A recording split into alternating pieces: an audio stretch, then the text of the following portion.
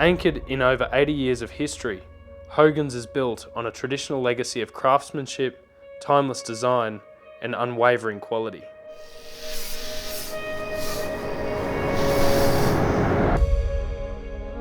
Created for this year's Toowoomba LifeFlight Gala, the premier prize is the breathtaking Fleur De Lune pendant, meaning flower moon.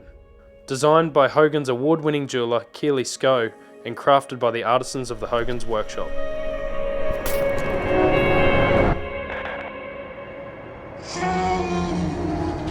Crafted in 18-carat white gold, the pendant features 1.56 carats of high-quality natural diamonds.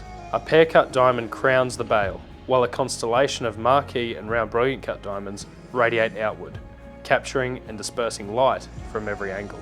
An oval diamond anchors the base, completing a composition designed to shimmer with every movement. Suspended from a diamond-set station necklace, the piece is both striking and effortlessly wearable. To accompany the piece, the winner on the night will also receive a bespoke watercolour gouache painting, custom framed by the team at the art shop Toowoomba.